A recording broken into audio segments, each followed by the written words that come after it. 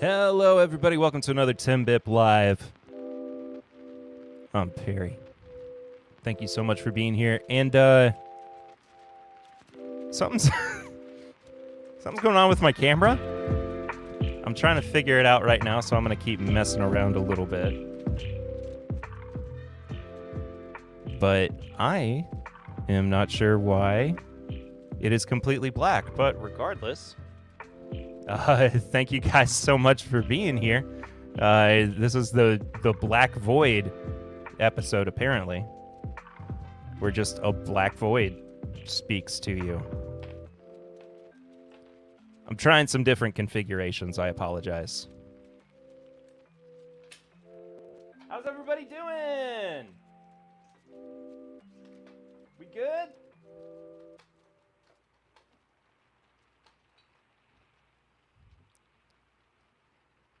Like, one camera is just not even turning on at all.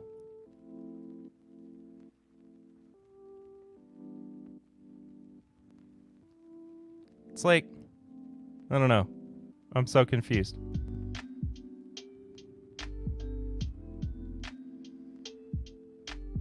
Anyway.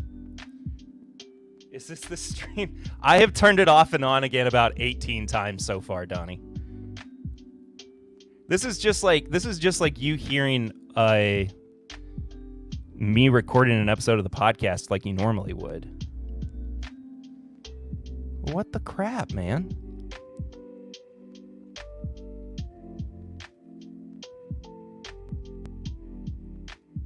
Oh! Why did it do that?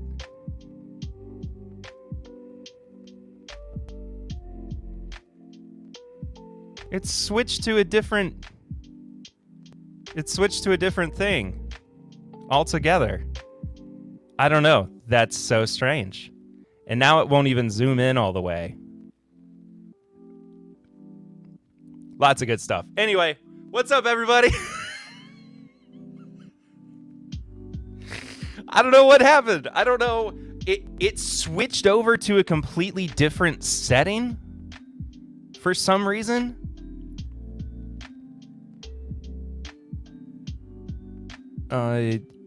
Yeah, save it.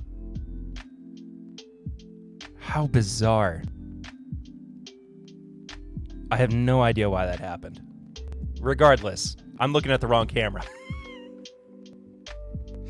Thanks for bearing with me as I deal with tech issues. But I think we're good to go now. there. You know what? I think I can zoom it in a little bit more so that it looks a little bit more like it normally does. There we go. Oh man, that's the kind of stuff where you're like, is this the camera I wanted to use? No, it is not. It is very much not the camera I wanted to use. But it's the camera that I'm stuck with tonight, honestly. So, it's all good. Hey, tech stuff happens. I'm going to be okay. I'm going to feel indifferent about it in about 20 minutes, which is a good thing. I mean, look, camera is one thing. I'm just happy you all are here. I'm happy that this long week is almost over. I'm happy to see some familiar faces and screen names in the chat. And I'm just happy, man. Played a bunch of music before I sat down too, which got my creative juices flowing. My brain's like operating at the right speed now too. But it's all good, man. It's all good in the neighborhood. That's all I can ask for. We are going to kick off tonight by wrapping up a loose end from last week's episode. Keep looking at the wrong camera. Dang it. As I think you all kind of caught on, I was not able to drink along with Mr. McLaughlin on the Old Line stream. Please no rapping. There will be no rapping. That like offhand, like really white guy, super awkward, nerdy rapping. Like, I hate that. It makes me so anxious. So anxious. And uncomfortable, I guess, more than anything. But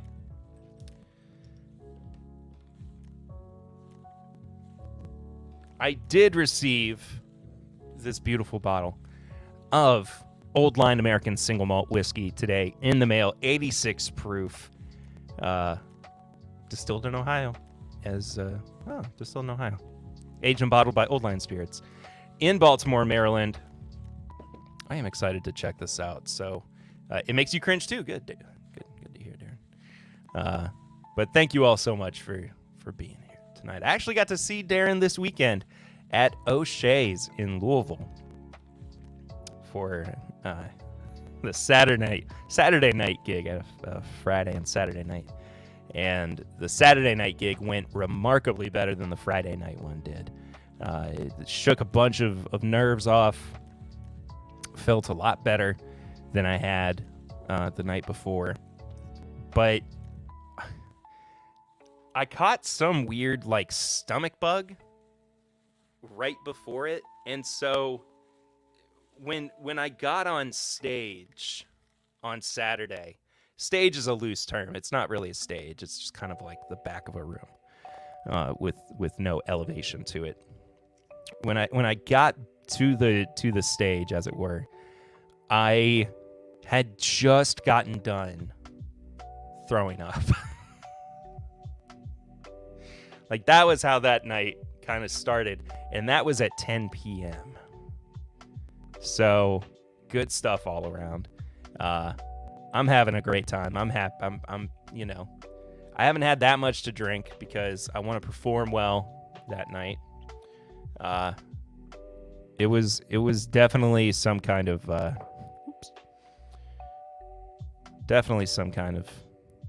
illness, I would say. But regardless, let's check out finally Old Line Spirits American Single Malt Whiskey.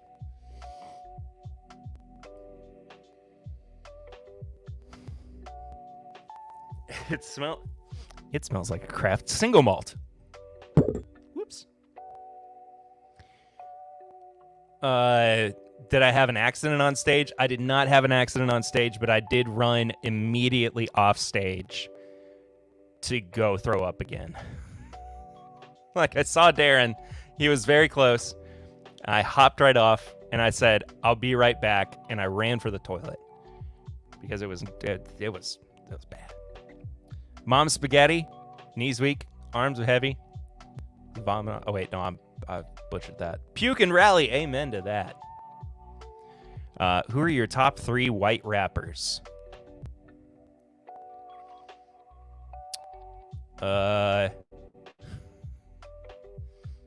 Mac Miller. That's an honest one. He's one of my favorites.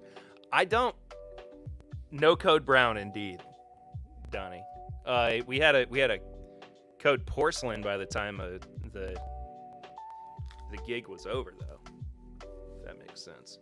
This beanie, I cannot seem to get to lay correctly on my head.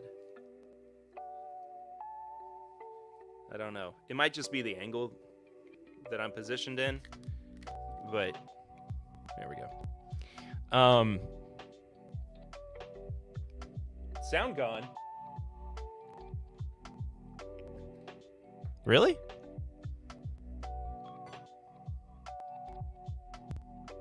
Is it? Darren has sound.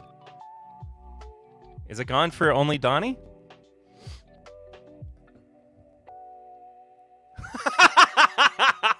Donnie's like, it's on my side. Yeah, it's all good, buddy. That's how it goes.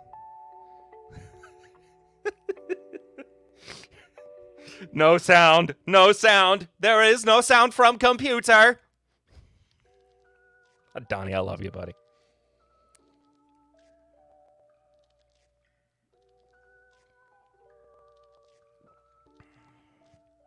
Ooh. Ooh, that's good. Oh, for 86 proof, dude. That is a hitter.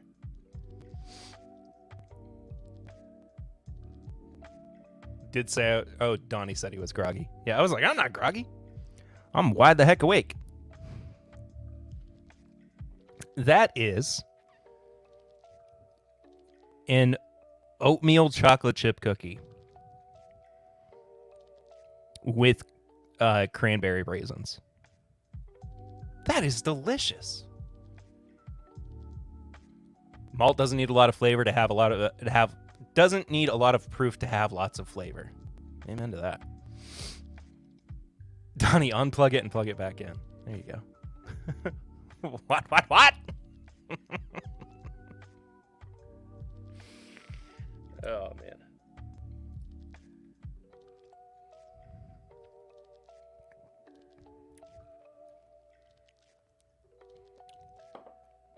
This is an incredible whiskey. I'm freaking blown away by this. I wish that I had had this last week when I had Mike. Can't remember. I've had a very long week, so I honestly have to go and look back at my emails.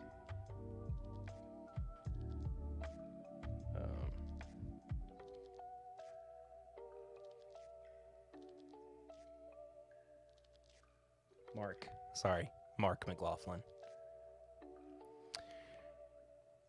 My brain takes way too long to reboot. Is that bottle available in Kentucky? No, it is not. I got it sent. It was sent to me directly from the folks at Old Line. Matt Porter, Barry, what's up, Matt? Matt Porter, I am so daggum freaking excited to see more of you over the next few weeks, over the next couple of months with Matt Madness right around the daggum corner. So excited. I've been training my little tuchus off. I'm about to start Eric on training tomorrow too. So it's going to be a heck of a competition, my friend. I'm very, very much excited for it. And thank you again for inviting me back as well. Tony Perry, did you see my message? Yes, Tony, I did. I am so sorry that I have not replied to it yet, but thank you for taking care of that for us. I haven't even really said hey to everybody who's in the chat. Will Henderson, Mr. Hendo himself, good to see you, buddy. Sugar Kitty. What up, Sugar Kitty? Is dadgum what you chew while telling bad jokes? Yes. I heard a new favorite one today. It made me LOL. What do you call, or what? No, that's I screwed it up from the beginning. Okay, I'm not a great joke teller. I'm not a super great joke teller. But as evidenced by me fumbling at the 1 yard line there. That was great. Okay. Reset. All right. Dad joke I heard today. What's the difference between a pregnant lady and a light bulb?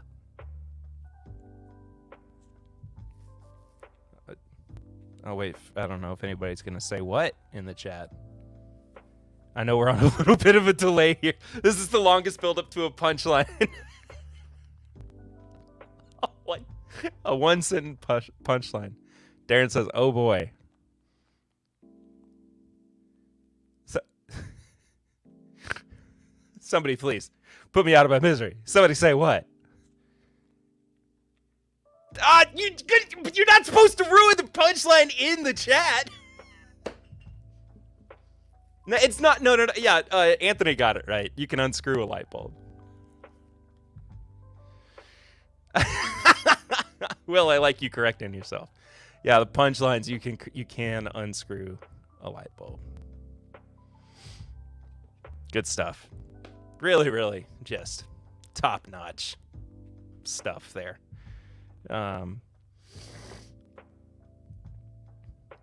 Tony Beravide says, howdy. What's up, brother? Been chatting with Tony quite a bunch recently.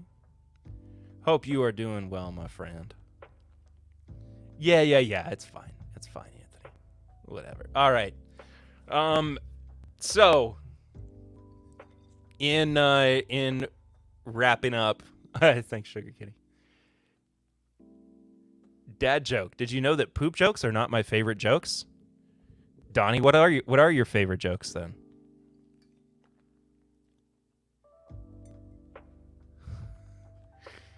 What's the difference between a brown noser and a kiss ass?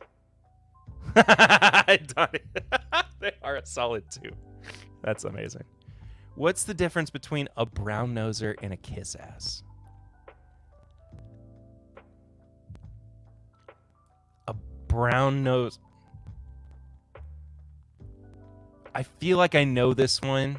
It almost feels like a riddle. There's something about it that feels slightly riddly. Like you're riddling. Anyway, wrapping up. Old Line Spirits American Single Malt Whiskey. Really good. They distribute not everywhere in the United States, but to some great places. Oh, a brown noser went deeper. That's the difference. Thank you, Swan. My about 2 inches.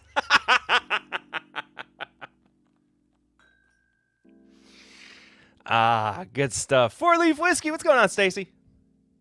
Good to have you in the house. Hope you are well. Buy Old Line. Go support those guys. They got really great product. This is incredible. I can't wait to drink more of it and share it with people. And a huge thanks to them for sending it to me as well. Had a great time on that stream last week. If you haven't watched it yet, please go do so. Mark was awesome. We had a great conversation for an hour. Yeah. So moving that out of the way. And moving on to talking about bottom shelf bourbons. I got a few bottom shelfers over here that I'm gonna get to. But it's a new year. We're moving into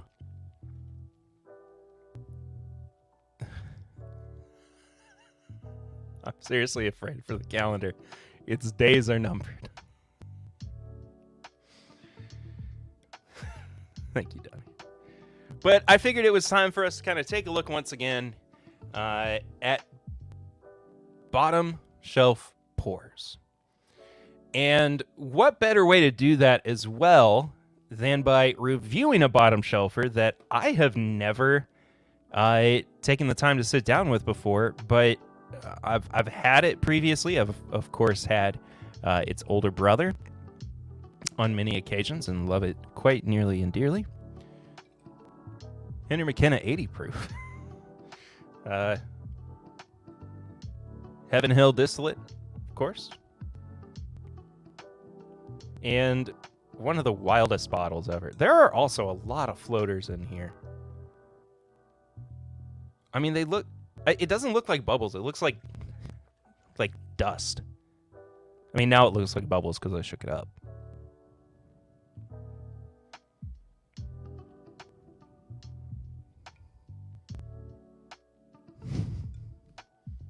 Oh. Stacy poured her favorite bottom shelf or Benchmark Bonded. I'm going to have a little bit of Benchmark Foolproof here in a bit. I do love Benchmark Bonded, though. That was a fabulous, fabulous pour. What do a tick and the Eiffel Tower have in common? They're both parasites. I love me a good pun there, Donnie. Love me a good pun. I'm gonna clean this glass out. Man, that's a good whiskey.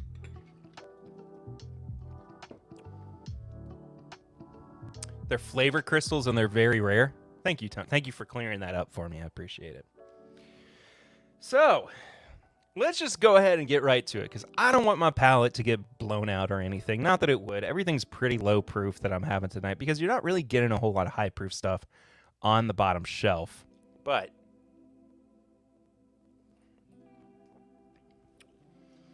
the difference is it's easier to drink a whole lot of low proof stuff because it's like water. So we're going to get ourselves a healthy little pour here of Henry McKenna 80 proof.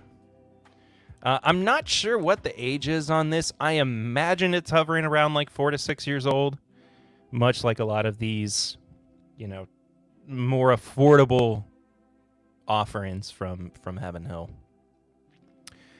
Picked it up for 14 smackers. $14, guy. It was the last one on the shelf, too. I think that Henry McKenna still has a little bit of that brand misrecognizability to it, where Pat.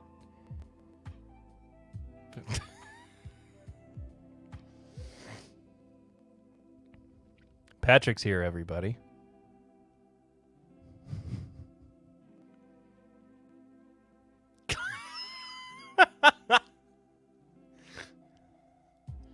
Oh, hold on. What did Tennessee? The same thing Arkansas. If a kid refuses to nap, are they guilty of resisting arrest? I was trying to open an egg earlier with a small axe. I was trying to hatch it. I really love that you waited until somebody interrupted it. Brian's here. Hello, Mr. Abandoned Bourbon himself. I hope you're well, man. Kind of chat with Brian quite a bit recently, too. I like talking to people. I like having conversations. There's been a lot going on recently. So, all right. What I was saying too is that I think that the Henry McKenna 80 proof suffers from brand misrecognition, which is a holdover, of course, from when McKenna 10-year won the gold ribbon or medal or whatever the crap at San Francisco. And then everybody lost their minds, and now you can't find it anywhere unless you walk into a store at the right time on the right day. But that is where we are. Heading down for a Nash-Tucky pick tomorrow. That sounds awesome.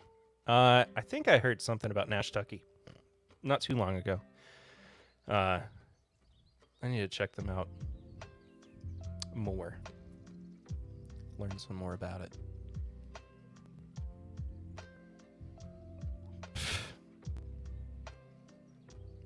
Brown sugar and cinnamon. And that's about it. Little bit of like a stone fruit kind of thing happening as well. What do you call a fake noodle? An impasta. Oh, everybody keep the dad joke puns coming. Keep them rolling right along tonight. I'm loving it. Absolutely loving it.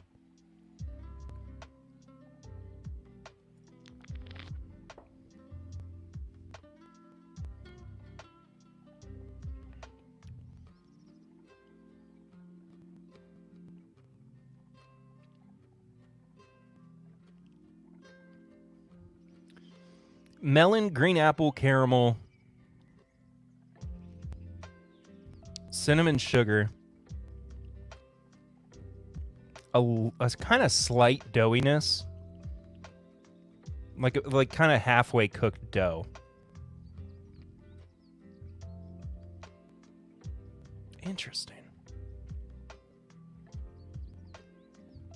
I can see all of the seeds. Or read all of the seeds that have been kind of planted for McKenna Bottled and Bond for the 10-year single barrels, and truly for the rest of or other products in the Heaven Hill line as well. But it definitely has like an underdeveloped quality to it. It's 80 proof. I mean, what am I gonna do? I can't be like, oh, it's gotta, anyway. But I gotta be honest with you, I'm really quite surprised by this. I genuinely am not upset with it at well, I mean, a little, it's all a preference thing. But as far as like a pretty good palate, this is solid, man. I'll tell you what, I think this is the year that I kind of rediscover my love for lower proof bourbons.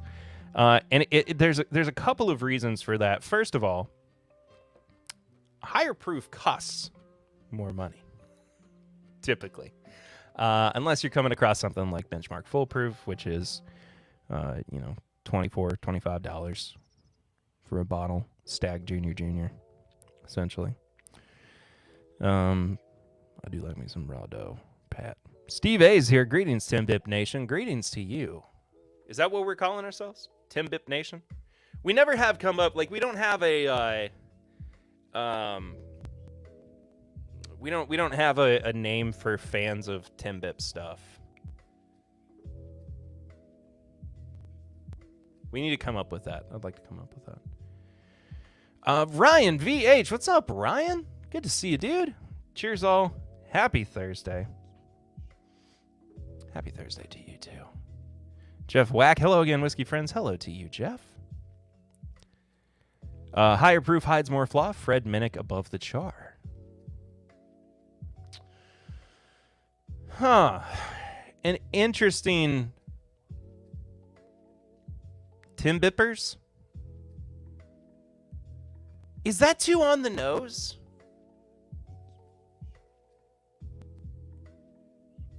I don't know. I don't hate TIMBPers by any means. We're going to come back to it. Drop ideas for Bourbon Pod fan names. My Bourbon Pod fan names. Like the group. Anyway. But I do like TIMBPers. Never trust Adams. They make up everything. Anyway, so Fred has said on Above the Char on Bourbon Pursuit that higher proof hides more flaw. And I get that, but I also think that higher proof is a better indication of how the whiskey was intended. And I see I fall very firmly on the fence on this one. And a big reason behind that is just because, I've had great whiskeys that have had no water added to them, and I've had incredible whiskeys that have had a lot of water added to them. I think everybody, has that experience. That's nothing new, but here's where I'm coming from, and here's where I'm kind of like, here's where I'm allowing myself to kind of be open to the experience of falling back in love with lower proof bourbons. Yes, taste is subjective. Yes, your preference is subjective too. But I think that if you really start to break it down, what you're looking at is trying to engage with and trying to experience the full gamut of the bourbon market. What do I mean by that? Not pigeonholing yourselves into one category or another. Only drinking 90 proof, only drinking cask strength, only drinking bottled and bond, only drinking 80 proof. There is a certain stigma that I think we have allowed ourselves to fall into, which is complacency when there is a wide variety of opportunity out there to experience bourbon, rye, American whiskey in all of its great forms. So, having spent the past couple of years, almost 3 at this point essentially, drinking mostly high-proof bourbon, high-proof whiskey, whether out of a feeling of comfort or a feeling of fear in some ways too, because I'm sure you all remember in the early days of the pandemic, of COVID, we were told that whiskeys above 120 proof, alcohol above 120 proof kills bacteria, can essentially kill COVID.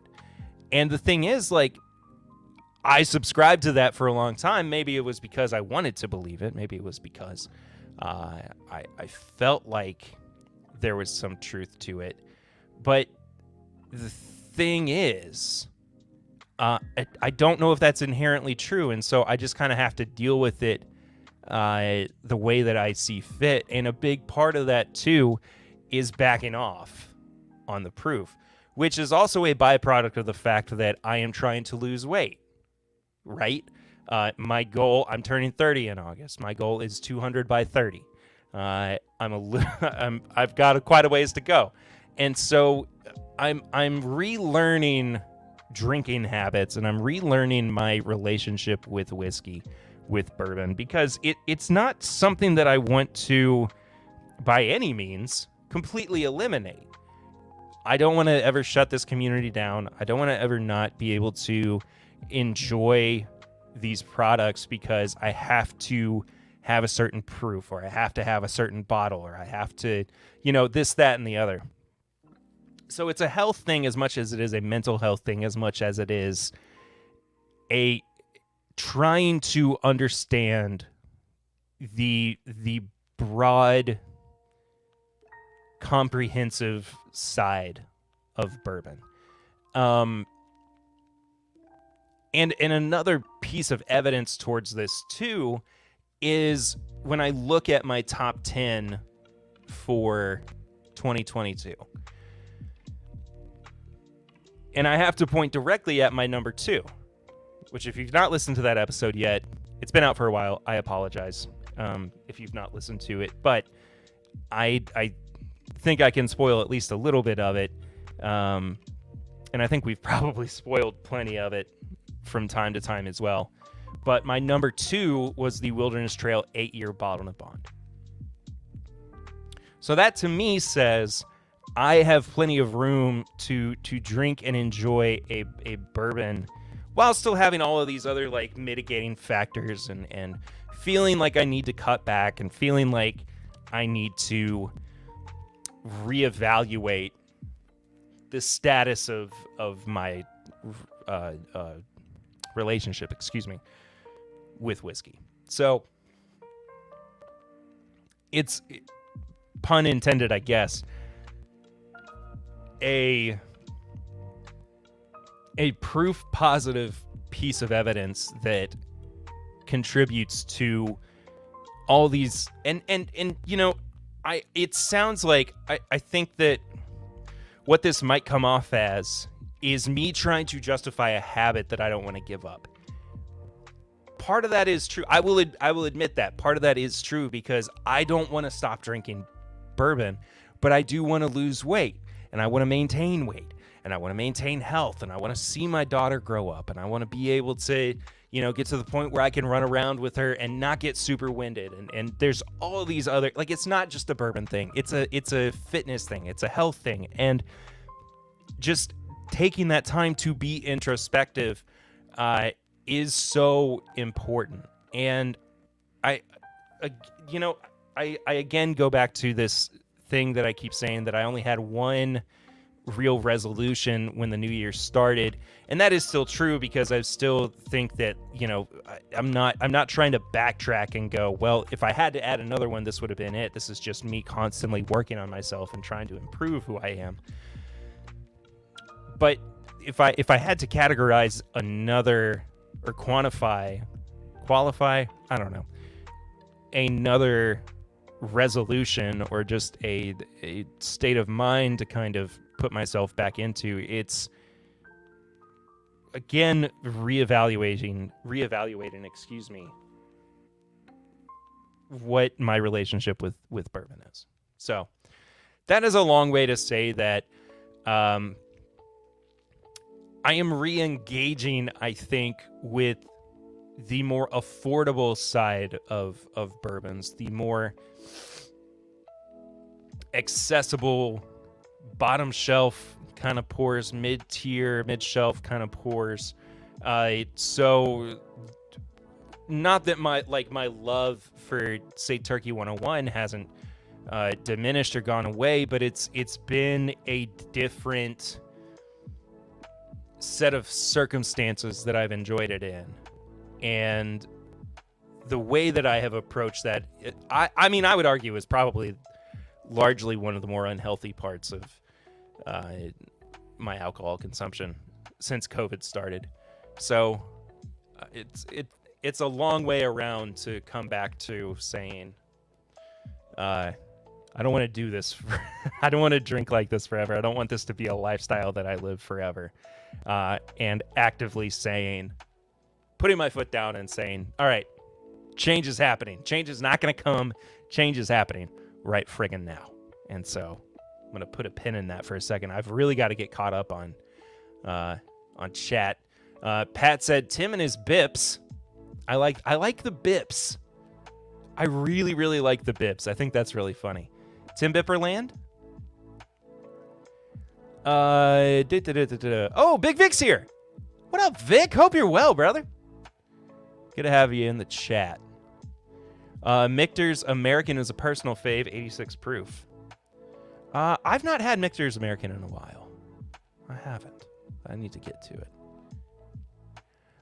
Am I going to get one of those Michter's Celebration Sour Mash 2022?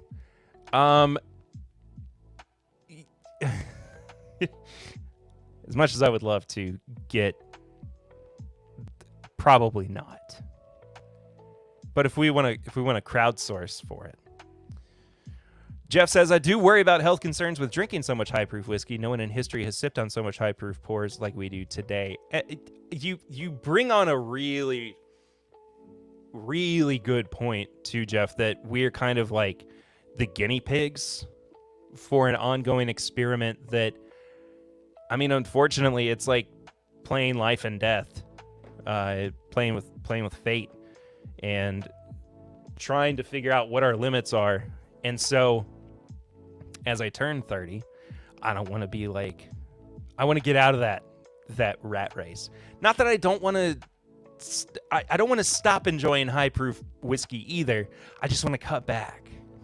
I don't need Knob Creek single barrel every day. I don't need Benchmark full proof every day. I can get to a point where Turkey 101 is enough. So that's kind of where my head at too. That's, but yet another aspect of it, I suppose. Jeff also says, I went on this same adventure 4 to 5 years ago. Alcohol is a hurdle when you want your liver doing other things. Amen to that. Pat says, you got this, dude. I'm trying to hit 200 by 40. There we go. Appreciate the support, too. Ryan says, agreed. I struggle with accepting the flaws of lower proof whiskeys to take advantage of the typically lower cost and likely health benefits. I think that's the other thing, too, is, re-engaging with that part of my brain that I used to use so much of, like, what is a good, affordable bourbon that I can still find plenty of value and quality in while not sacrificing the experience of it. Because, I mean, at the end of the day, what we're trying to do is, as Eric brought up, bourbon is a luxury, right? Whiskey is a luxury. We don't need it to survive. But just, if you are trying to use it to enjoy, find ways to do so. Donald Rants all the way up in the Great White North. Good evening, folks. Just dropping in to say hello briefly. Good to see you, Donald. I've been drinking a lot of a regular Elijah Craig and Old Granddad Bottled and Bond. I ain't got any problem with that, Darren. Moderation and exercise is indeed the way. I completely agree, Donnie. I have not been in the gym in months. That's the other thing too. I have to actively take time to figure out some kind of schedule to yet again slot something else into the stretching myself thin that I already am experiencing. Celebration versus Wilderness 8. What celebration? Michter's Celebration versus Wilderness 8? That would be really funny. Donald's drinking Woodford Double Oaked and a Four Roses Single Barrel. They become... Oh, sorry. Woodford Double Oaked and Four Roses Single Barrel have become shelf staples for me. Not a bad couple of pours there. Marty from Whiskey Nose is here. Cheers to Perry. Cheers to you, man. Thanks for stopping by. Brian says, I need Michter's 20 every day. I don't know if I've actually had Michter's 20. Like, just in general. I don't think I have. I would be... If I'm questioning it, then I haven't had it. Is essentially what that is. Like, I feel like it's one of those that if I were to have had it, it would have been at the end of so many other pours that I wouldn't have remembered it, or I've just completely blocked it out of my mind. I remember when I've had something special and important. So I'm going to say I haven't had Michter's 20 yet. But Brian is saying we can change that. I love you, man. I appreciate it. Start walking daily. Quarter mile a day for a week, up to a quarter mile each week till you get to 3 miles per day. Then if you can work up to 5 miles per day, take that time to reflect on things. I don't have any problem with that at all. I have started trying to take time out of my day to just be quiet and meditate in some ways. So I guess I don't know. I don't have a good definition of what exactly it is. It's just early stages introspection, I guess. Agreed on the moderation. Just pick 2 to 3 days to have a pour per week. After 1 month, you will have a healthy amount of no drink days. Yeah, that's the other thing too. I haven't had it not saying that consecutively, because I can't drink every day. But more often than not, yeah, I have a few glasses of bourbon during the day, and It shows. If you go back and look at little old Perry when the podcast started and big old Perry now, big difference. Big difference. So, and the other thing too, like when I started the podcast, I was probably at 180 pounds. I'm never going to get that low again. It would be a health crisis for me if I ever got to that low of a weight. So I'm being reasonable too, more than anything. Donnie says walking and meditating go together. That is true. They very, very much do. I basically, like, when I used to go to the gym regularly, and that was really back before Lucy and I got married, because I was working really, really hard to lose a bunch of weight, which was crazy looking back at it now, because like the weight where I was then is essentially what I'm going for now. Like 200 is not an unhealthy weight for a guy my height. It's a pretty good balance if you do everything the right way. But I just, man, I was one of the, I think the lowest I got when I was doing all the dieting and everything for the wedding was 160, 170, something like that. And as an adult, the skinniest I've ever been. And it was while I was dealing with a lot of other mental health issues as well. It was right before I started going to therapy and started getting medicated. I was at like 140. I mean, there's pictures. There's pictures and video of me from around that time, where I mean, you can tell that I don't look healthy. I'm not saying I look super healthy now, but it was a rough time, man. It was a really, really rough time. That's something to talk about at a different stage, I suppose. I know there's more Perry to love, but still. I got to be around to see my daughter graduate from high school and college and get married if she wants to do that, and have kids if she wants to do that. And, you know, I got to be around for a little while. This podcast, I don't want it to end either. It's an important part of my life. I always find that my walks to and from the subway and work are great. I usually get in about 4 to 5 kilometers a day, and it really helps.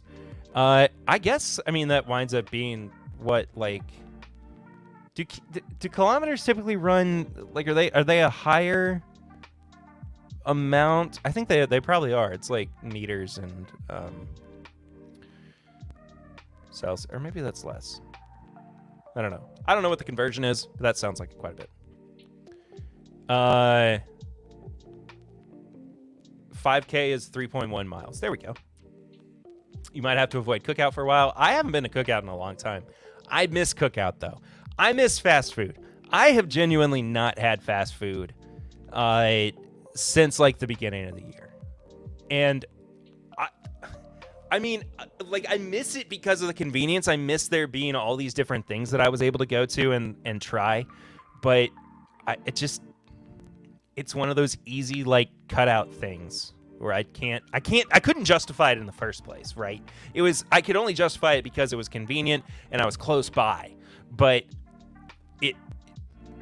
I can eat so much healthier and so much better food, and, like, preparing food for myself is such a great feeling, and having home-cooked meals, and not having to get DoorDash all the time. Like, and I know that's nothing new. I'm not saying anything that is truly, like, revolutionary. But there is a therapy behind me, like, sitting down and being like, here's where my head is at. Here's how I'm thinking about particular things. So that's, yeah, anyway. Pat says, you look around 150 in your wedding photos. 200 should be a great, achievable, healthy weight. Yeah, and then I have to figure out how to maintain it, you know? You need to be around for us as well, Perry, especially for This Is My Bourbon Weekend 69. Nice. Yeah, and in some capacity, I mean, by 2069, I'd love to have podcast stuff still going. How old will I be by then? I'll be almost 80. Yeah, we could do that. Hey, this is my Bourbon Weekend 2069. It's going to be at the same Clarion Hotel. If you stay away from fast food, it's not as good when you try it again. Amen to that, man. Tony Bag of Donuts is now Anthony Aturietta on another YouTube account, and YouTube demands your likes. Yes, if you have not liked the video yet, please do so. I apologize. I didn't really quite get to all of my stuff at the beginning of the episode, at the beginning of the stream, because of my technical difficulties. But if you haven't liked the video, please do so. Subscribe if you're new here and you would like to get updates on when videos go up, when I go live. You can hit the bell notification. You can support the show on Patreon at patreon.com/mybourbonpodcast for as little as $1 a month, for as little as $5 a month. There's so much bonus content, you can't even shake a friggin' stick at it. That's how crazy it is. If you did, it's going to kick that stick right out of your hand, and you're going to have to go and get it and bring it back, and then it's going to break it over your knee, not its knee, your knee, and say, don't you see all this content? There's all this content. There's bonus episodes. There's episodes that come out before every single main episode. Unedited episodes. There's pregame chats. There's special bonus stuff that happens every week. And there's going to be some new crazy stuff as well coming up really soon. So check out all that stuff. So. Oh, go follow too on social media at My Bourbon Pod. What up? Just got off work. Hey, everyone. Hello, Fonzo. Hope you're well, brother. Tony says McDonald's sucks in foreign countries. What is TIMBP without a couple of technical difficulties?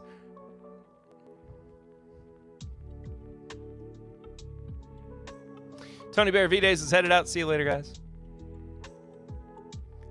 Pat says, I'll be next door with the old people as a 90-year-old. There we go. Thanks, Barry. Thank you, Tony. Thanks for being here, brother. Anthony says, good discussion / you got this, man. Thanks, Scott.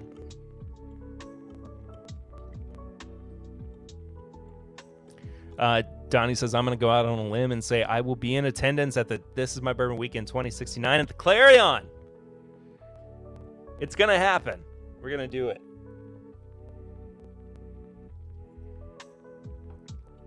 Y'all better all be there.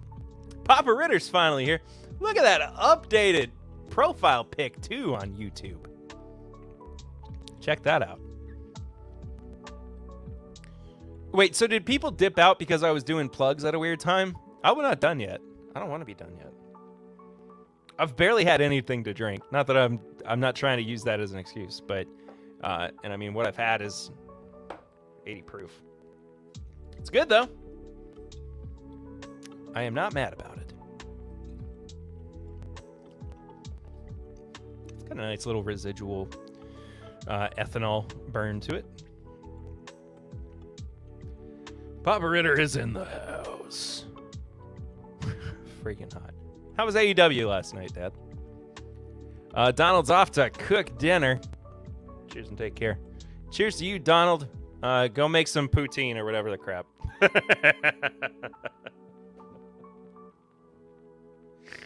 I'm just kidding, man.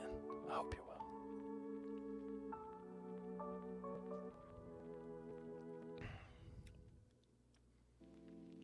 Yeah.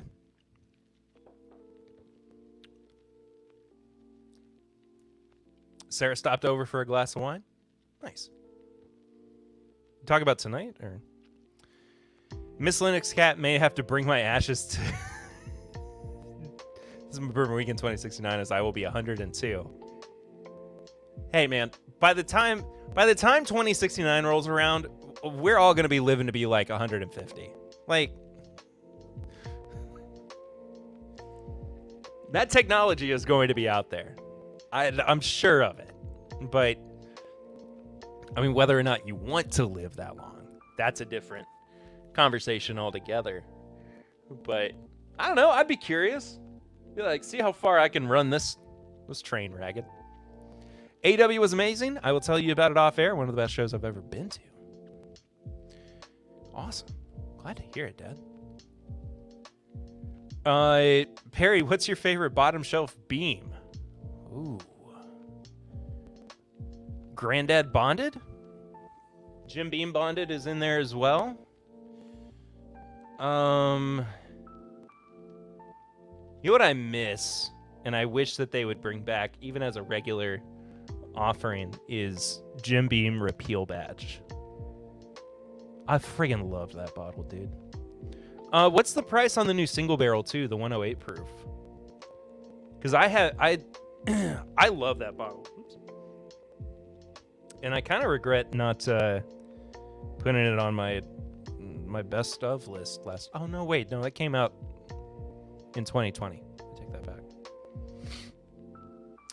Perry will play Summer of '69 in the next. Back in the summer of '69. By 2069, I should be able to pick my death date. Amen to that. It sounds suicidal. Jim Beam Distiller's Cut was one of my faves. I miss Distiller's Cut so much. Oh, that bottle was so good. That I understand that there was a point where everybody was kind of doing like, we gotta do really special stuff and get people coming back to Kentucky for tourism. But it's like, that was a great product. Like, don't yank the rug out from underneath me when you've got that great of an affordable product on the market. I mean, I never did it, but I feel like it would have gone head to head and held its weight against like Turkey 101. I mean, there's no way that it wouldn't have. So, I think it is 30, Tony. Something like that. It might be closer to like 25, but I can't remember for sure. You still have some repeal batch? I think I do too somewhere, Pat. It might be on the bar cart in the house. Amen on the Distiller's Cut. 2069, I'll be 105. I'm thinking I won't be here. It'll be okay if you're not. But if you are, we're gonna have This Is My Bourbon Weekend 2069, baby. It's gonna be a rip-roaring good time. Or I will be, and you better stay off my lawn. Can't wait to be just... Because, I mean, like I said, I'm sure by the time 2069 rolls around, we're all going to be able to live, you know, an extra 50 years. So maybe Dad, you and I could just be super old, super grumpy men by that point.